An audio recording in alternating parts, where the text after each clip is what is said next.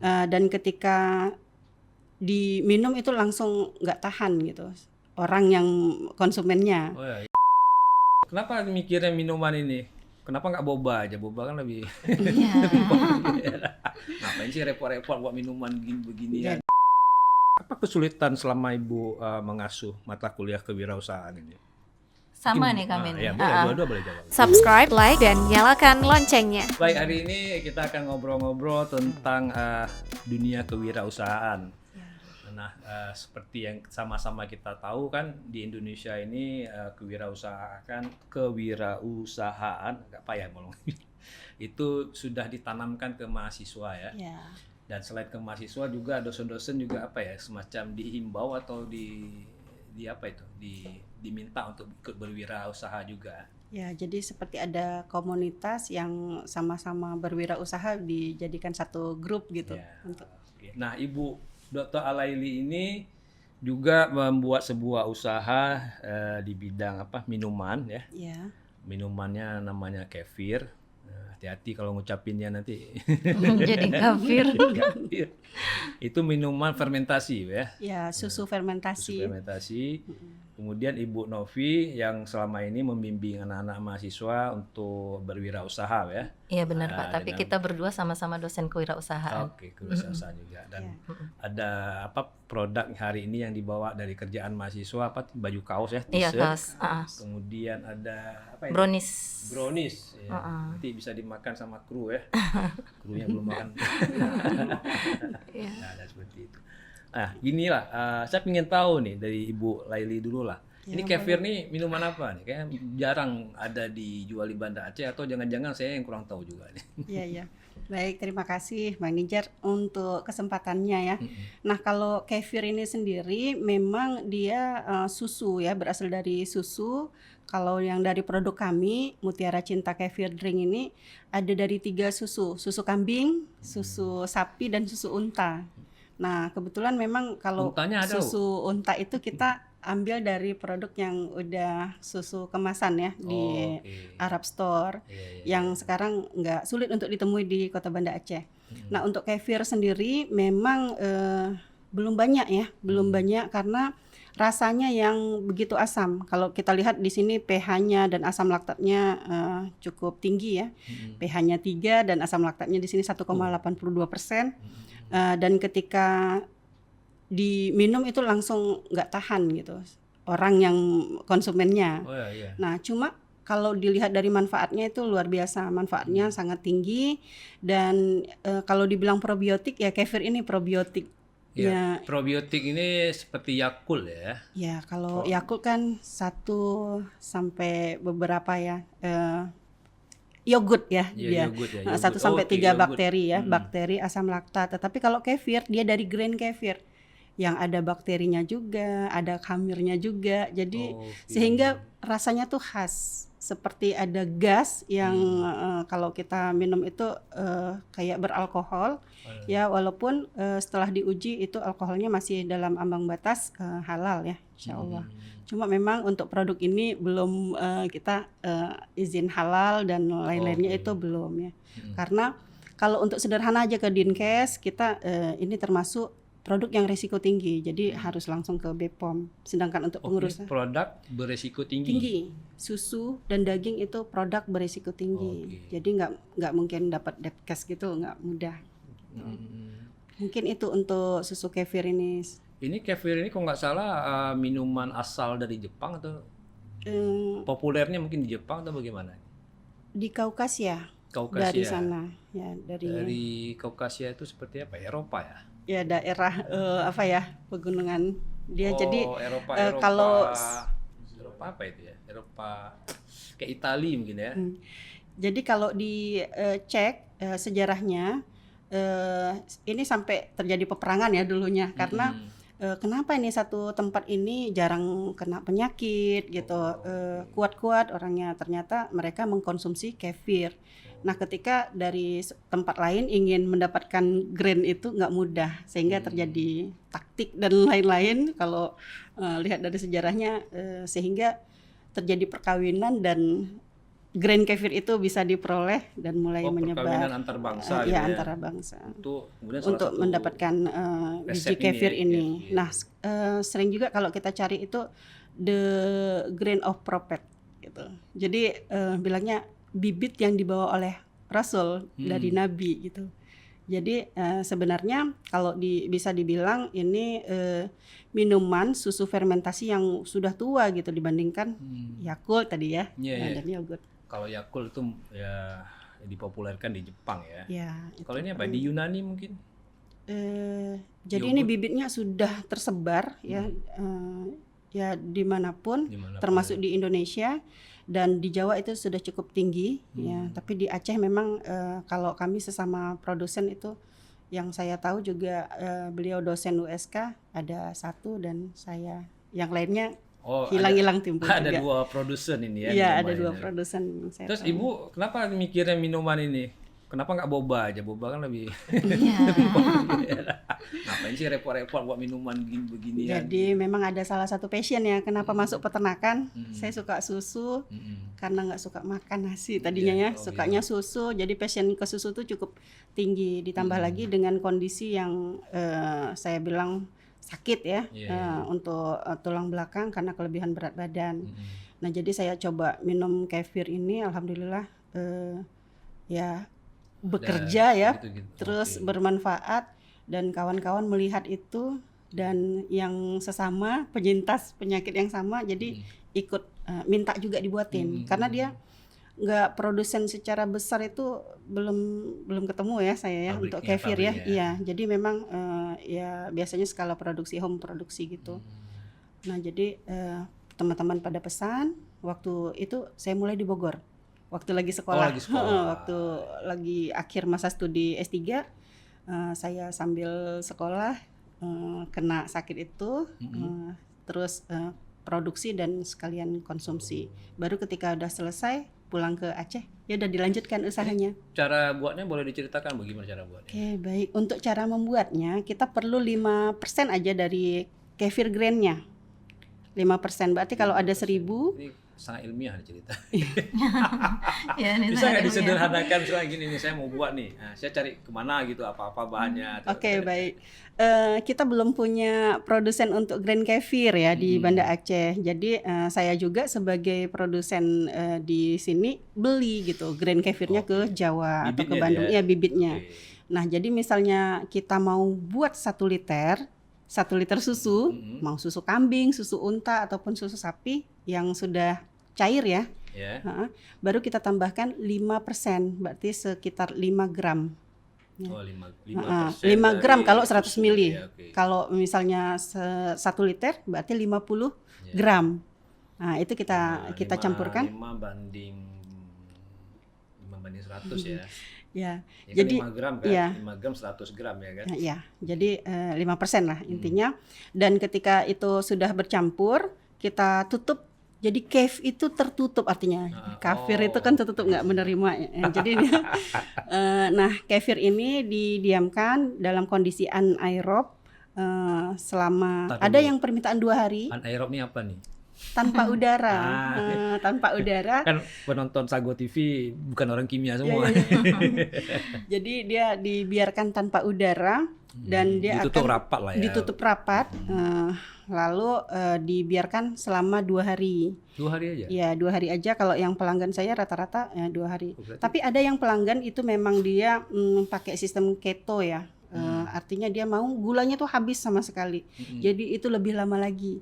Jadi mikroba yang kerja selama masa proses fermentasi itu lebih banyak menghabiskan, merubah gula yang ada di dalam susu ini menjadi asam-asam organik. Nah, jadi asam-asam organik ini yang banyak fungsinya Mending untuk lagi saya kita. dengar ya, asam organik. Ya, yang penting rasanya. Asam lah gitu ya. Asam lah rasanya. Itu gara-gara si makhluk halus tadi, ya si grain ya. kefir tadi, bakteri, hamir dan lain-lain yang Kalau ada. 2 hari nggak lama ya. Biasanya kok fermentasi itu misalnya lah kok buat tape itu kan lama ya. Ini nggak lama ya. 2 Nggak hari lama, cuma ya. Tapi juga segitu-gitu ya. Misalnya 2 hari itu tempe udah juga. bisa langsung dikonsumsi. Iya, bisa. Jadi ada yang mau, aduh saya jangan terlalu lama gitu. Jadi kurang asam dia. Oh, dia makin lama makin asam. Makin lama makin asam. Karena makin lama makin gulanya makin habis kan. Iya. Gula itu kan dimakan sama Iya, bakterinya, iya, dikonversi iya. ya. Makanya orang-orang yang laktos intoleran, yang nggak toleransi terhadap gula susu, ini aman minum kefir. Karena dia nggak nolak lagi. Karena laktosanya sudah menjadi nggak ada. Ini rasanya asam ya. Asam. Boleh dicoba nih, Kita Pak. coba ya. Dan Asamnya itu seasam apa nih? seasam apa? 5 kali lebih asam dari yogurt ya. Yogurt itu Kalau seperti dengan Yakult. belimbing, Ya bisa 2 kali lipat belimbing ya. 2 kali lipat belimbing. Iya. Jadi kalau cara minumnya itu ada di sini ya, di frame kita. Saya jadi Maksimal 3 mili. 3 mili kali berat badan. Itu maksimal dalam 1 hari. 3 Jangan lebih. mili kali berat badan. Iya. Kalau saya beratnya 80 berarti kali 3 ya. Iya, 240 mili. 240 mili itu 1 gelas. Iya. Gelas aqua ya. Satu gelas botol itu. ini 330 mili. Aduh, saya enggak. Jadi kalau Ada yang mau minum nih, kru. untuk pemula coba 100 mili aja dulu, sepertiga botol. Kebetulan saya bukan penggemar asam-asam ya. Nah, tapi demi totalitas saya coba. Bismillah. Kefir masuk. Iya. Ini khasiatnya apa nih tadi? Ya untuk Lambung apa ya? Untuk lambung yang pasti dia probiotik. Probiotik, Ada oke. mikrobanya masih hidup, kita biarkan hidup, tidak kita matikan. Mm-mm. Nanti dia menjadi probiotik yang bisa menjaga tubuh kita menghalau bakteri-bakteri patogen lah. Oh, gitu ya. Bismillah. Jadi dari cerita ibu jadi satu paper kayaknya nih. Tadi patogen. Ya, bismillahirrahmanirrahim.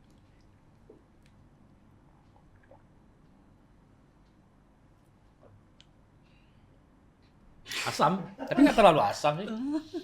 Nggak terlalu asam. Saya bayangkan tadi asam sekali, ini nggak terlalu asam. Iya. Ada air putih nggak?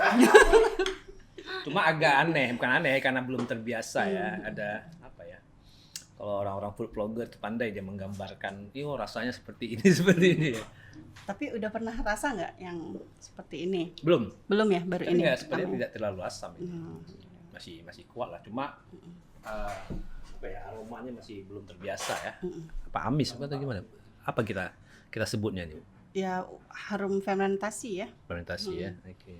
Jadi memang kalau misalnya yang belum terbiasa dengan baunya itu, sebenarnya bisa diatasi dengan penambahan esen, rasa. Oh, ini bisa ataupun, dicampur-campur ya? Bisa, tetapi saya enggak, saya maunya original aja karena memang Oke. pembeli ataupun konsumen ini memang untuk obat rata-rata. Oh. Jadi ya biarin aja dia alami 100%. Enggak terpikiran nggak Bu untuk menambahkan berbagai rasa kan? Mungkin supaya lebih menarik minat pembeli kan, untuk menjangkau pasar yang lebih besar gitu. Kalau sekedar untuk orang-orang yang penyakit kan, maaf kan nggak terlalu banyak ya. Iya. Jadi dari segi market kan bisa lebih besar. Udah pernah kita coba ya untuk ke anak-anak dengan penambahan rasa dan warna, tetapi kurang minatnya karena begitu rasa beda gitu. Tapi makanya untuk anak-anak saya buatnya yogurt aja. Oke. Ini ada di apa? Ibu kan mengasuh mata kuliah kewirausahaan. Iya. Apakah ada mahasiswa yang tertarik? Iya. Karena kalau dari lihat cara prosesnya buatnya kayak nggak susah ya? Iya, nggak susah buatnya. Makanya kalau misalnya dari yang jauh tempatnya saya ajarkan cara membuatnya. Cara membuatnya, kalau bisa ambil sendiri, beli sendiri grainnya seperti apa, kan mudah ya sekarang zamannya online. Nah mahasiswa kalau saya ajak itu bukan untuk menjual ini, tapi mereka buat dalam bentuk produk lain seperti sabun kefir. Terus kami pernah ikut bisnis plan. Mahasiswa mengkaitkan tentang kefir ini dengan kopi. Judulnya Kopi Kirminus dan alhamdulillah kopi, kefir, minuman sehat, Kopi Kirminus. Dan ini Kayak alhamdulillah nama-nama juara 1 tuh se-Sumatera. Sumatera Ya, ya. jadi di blend antara kopi dengan kefir dan alhamdulillah mendapat 2 manfaat. Selain probiotik dapat juga antioksidan dari kopi. Oh, seperti itu ya. Mudah-mudahan bisa disukai sama orang Aceh kan, karena orang Aceh kan tukang ngopi semua ya. Iya benar. Iya. Ini menarik juga nih sebagai minuman baru ya. Baik, selain Ibu Laili ada Ibu Novi ya. Iya. Ibu Novi mengasuh mata kuliah kewirausahaan juga di Universitas Sekolah. Ini apa nih Iya. Bu yang Ibu asuh nih? Kebetulan saya kan ngajarnya mata kuliah kewirausahaan. Jadi kebetulan kemarin itu kita ada tugas sama mahasiswa. Jadi awalnya mahasiswa itu kan bikin produk, kemudian nanti kita cek kayak mana mereka memasarkannya, terus kita minta sama semua orang untuk mengkritik produk mereka. Di Sampai review ya. ya di review. Jadi mereka memang menjajakan di kampus itu. Kemudian nanti di review sama ada dosen, ada teman-temannya juga. Nah kemudian setelah nanti di review, baru kita ajarkan bikin proposal. Nanti setelah itu baru mereka mungkin nanti akan kita arahkan untuk mengikuti berbagai macam kegiatan-kegiatan kewirausahaan. Salah satunya di sini kan ada yang hasil dari pertamanya dia hanya sebagai wacana, kemudian mereka punya hobi desain, memang bisa mendesain gitu. Jadi saya pikir diarahkan ke pembuatan sablon gitu. Nah akhirnya mereka berpikir, Bu kalau buat sablon aja kita kalah saing. Akhirnya saya bilang jadikan khas oleh-oleh untuk Aceh gitu. Jadi kita naikkan gitu nama Acehnya gitu. Kayak misalnya di Aceh ini kan ada museum tsunami, ada laut dan lain sebagainya, itu dimasukkan di native kaos kalian, saya bilang gitu. Makanya mereka masukkan ini khas Aceh gitu. Jadi yang sablon yang mereka hasilkan itu kebanyakan yang dia bertema Aceh seperti itu, sablonnya Aceh. Nah gitu juga dengan brownies ini kemarin itu mereka bikinnya yang biasa, dari yang kukus kemudian sampai akhirnya yang rasanya pertama rasa buah, kami minta untuk dirubah ke rasa kopi gitu. Ini brownies kopi ya? Iya, brownies kopi. Kisah Kisah brownies kopi. Jadi tuh uji coba mereka, jadi baru aja dicoba sama mereka kan, Bu, apa enak rasa kopi gitu kan, harus dibikin bilang kayak gitu, karena ciri khas Aceh ini kan kopi gitu. Jadi kalau misalnya kita masukkan nanti dia jadi brownies kopi, mana tahu nanti Gisa brownies kopi ini bisa jadi pusat oleh-oleh. Masa kita ambil pusat oleh-oleh udah data makannya di Aceh, kita beli browniesnya yang dari Medan gitu kan.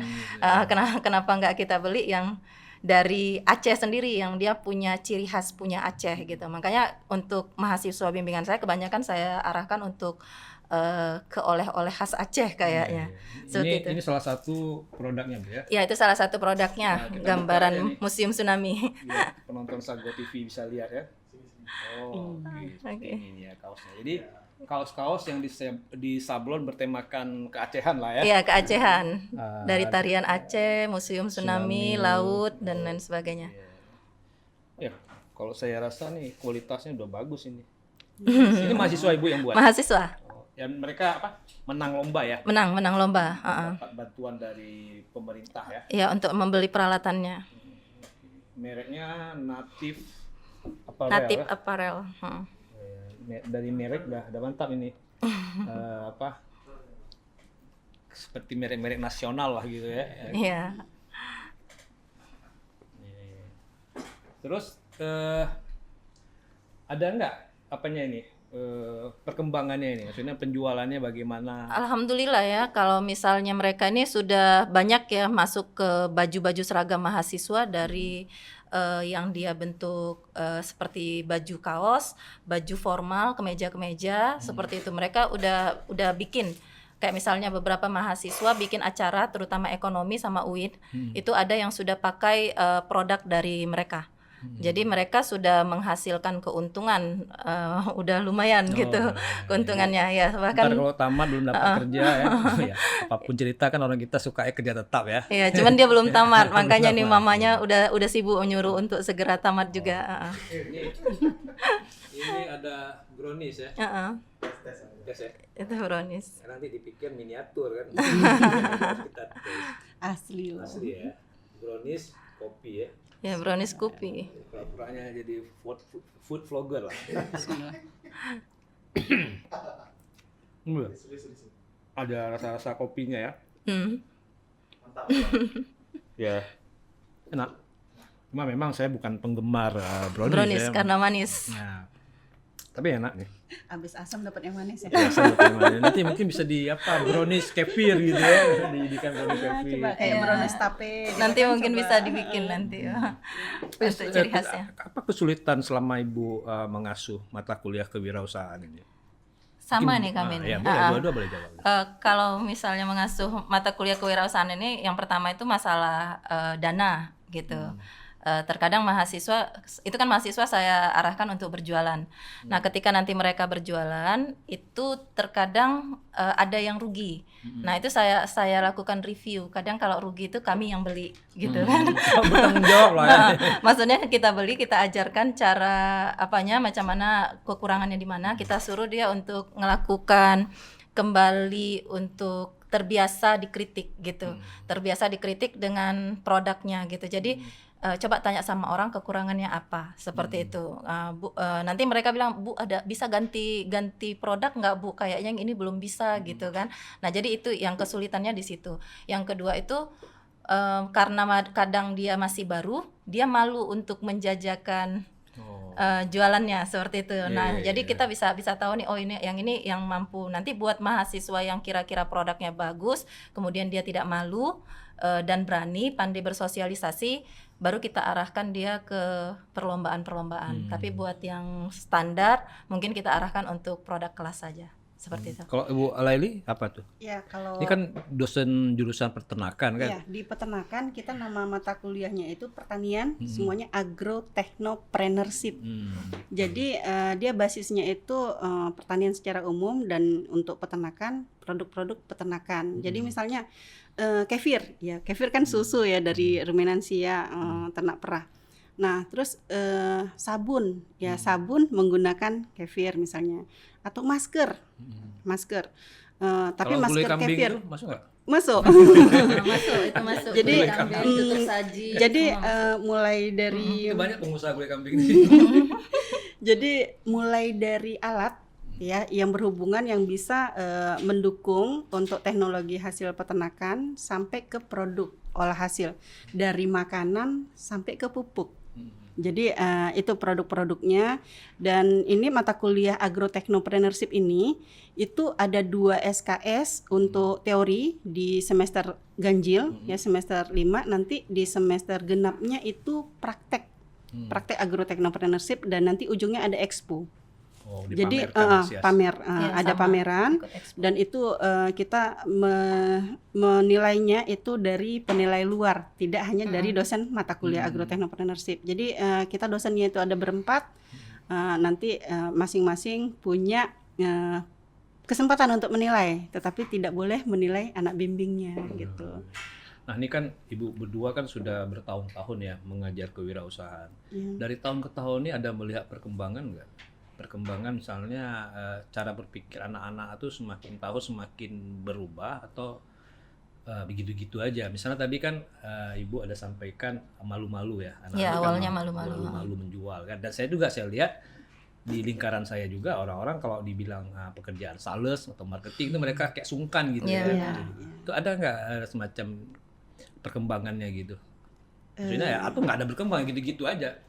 Ada, Pak. Ada. Alhamdulillah ada. Karena kan pertama kayak kemarin tuh saya pernah bawa tuh mahasiswa untuk coba jualan di pasar amal ya. Ya, di pasar amal. Di pasar amal, rumah amal itu kan ada kita jual barang bekas pre-love kan.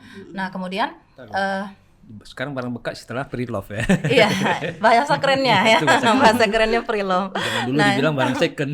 Iya, Barang second monceng. hand. Nah, jadi itu barang bekas itu kan kita jual di sana. Nah, itu beberapa mahasiswa, baik mahasiswa saya maupun mahasiswa Bu Alaili, kita bawa magang ke sana untuk bagaimana mereka itu belajar kalau berjualan itu memang tidak harus malu-malu seperti itu.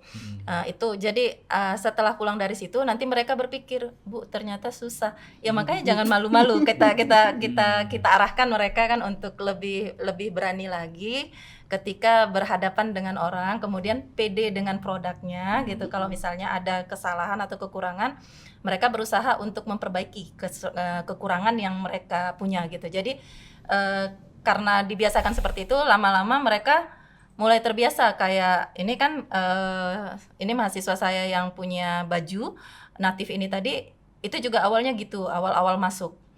Sekarang dia saya tengok sudah ikut ke training yang bersifat digital dan lain sebagainya, sudah makin maju gitu kan. Jadi saya perhatikan networknya semakin berkembang ya. Networknya sudah makin berkembang. Dan satu lagi saya arahkan mereka untuk ikut ke organisasi sama komunitas yang dia berbaur sama kewirausahaan gitu.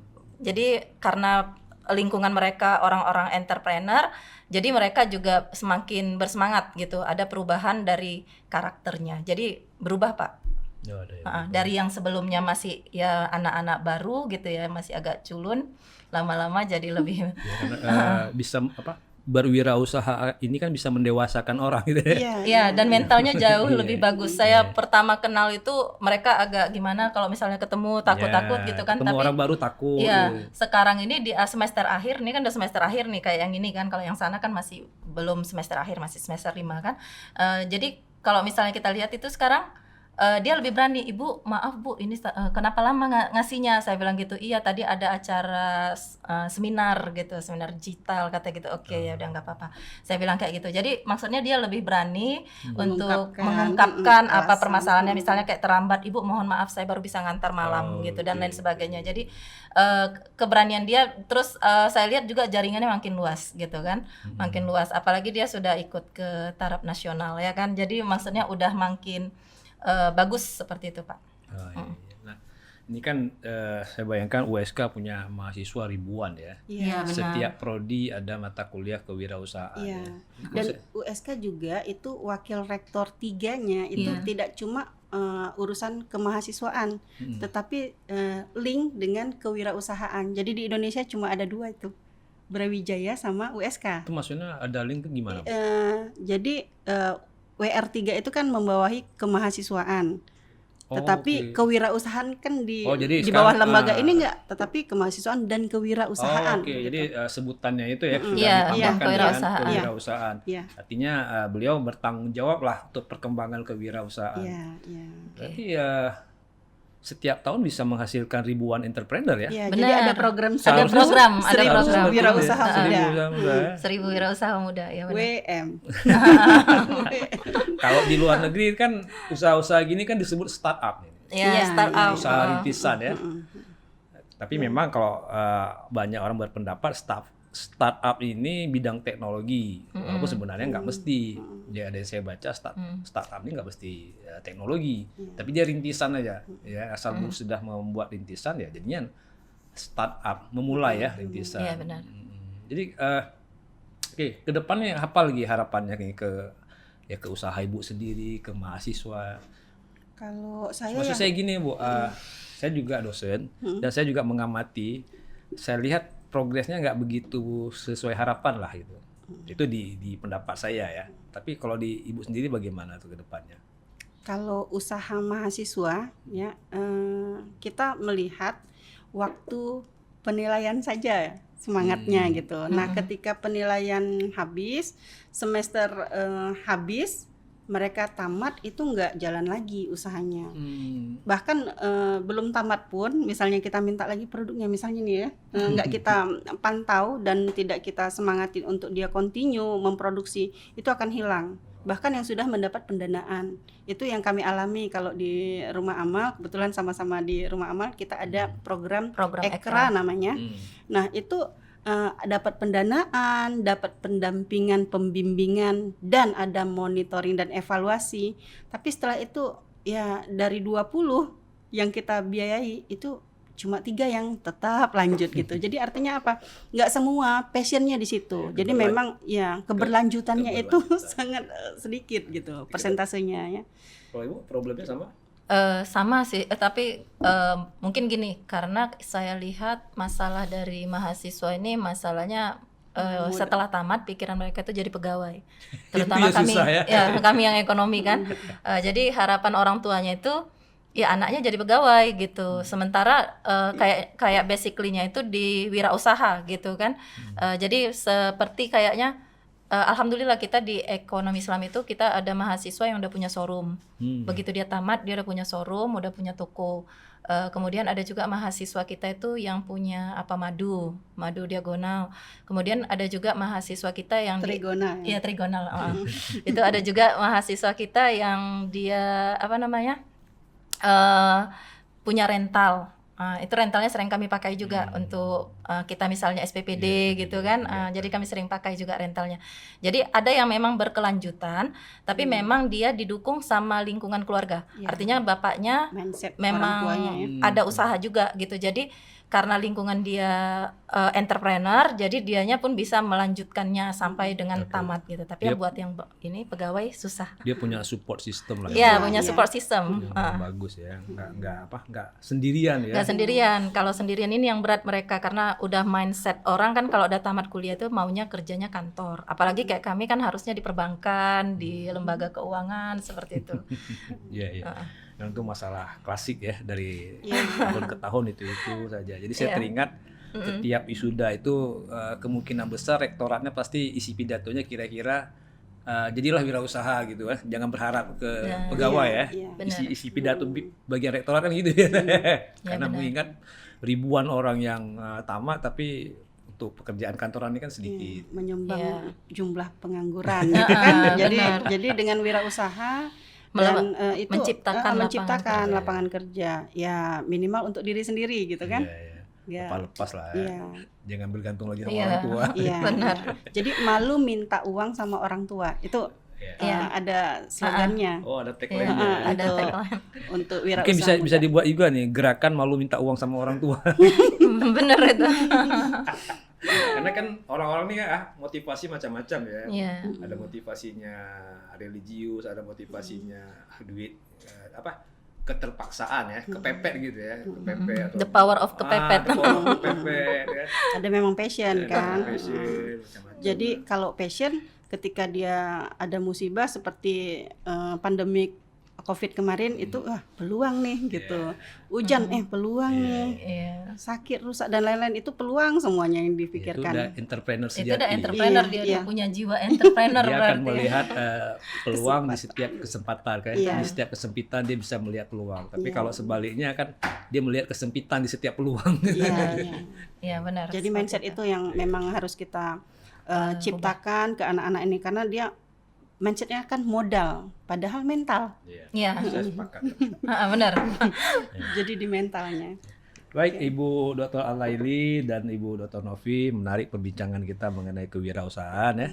Ibu berdua mengasuh mata kuliah kewirausahaan dan juga melakukan kewirausahaan. Iya. Dan juga saya baru tahu ternyata Unsiah USK, Iya. USK punya rektor yang membidangi kewirausahaan ya. Iya, WR. Itu menarik sekali. Kapan-kapan kita undang nih bagi rektor kemarin. Benar. Iya, boleh itu. Apalagi kita nanti di kayak di Ekra itu kita skema 2 KIPKA ya. Nah, itu kita sudah ada, kami ya dari Rumah Amal ya, itu sudah ada membantu juga untuk menyediakan kegiatan-kegiatan entrepreneur. Jadi kami ada sediakan kayak tempat pangkas, barber, ada ini juga doorsmere, ada Amal water, amal dan water. lain-lain. Jadi ada banyak air isi ulang sampai dengan makeup juga kita ada gitu. Jadi Makeup wisuda. makeup sudah. Jadi kita udah mengarahkan ke sana juga. Insya Allah. Sudah peluang-peluangnya sudah Peluang-peluangnya dibuka. sudah. Jadi makanya tinggal menjalin kerjasama. Mungkin nanti kerjasamanya dengan semua instansi yang ada di Unsia. Alhamdulillah juga sudah dijaring sama WR3 ya Kak ya. Kita masih susah ngucapin USK ya. Iya, Masih sulit iya. mengucapkan Unsiah. Masih cinta. Iya, benar susah sekali ngerubahnya. Jadi masih belum move on kayaknya. Susah move on. Baik, Ibu Dr. Al-Laili, Ibu Dr. Novi Indrayani, terima kasih banyak sudah mau berbagi di Sago TV ya. Mudah-mudahan apa yang dikerjakan ini membawa berkah bagi kita semua. Amin ya Rabbal Alamin. Ada hasilnya ya.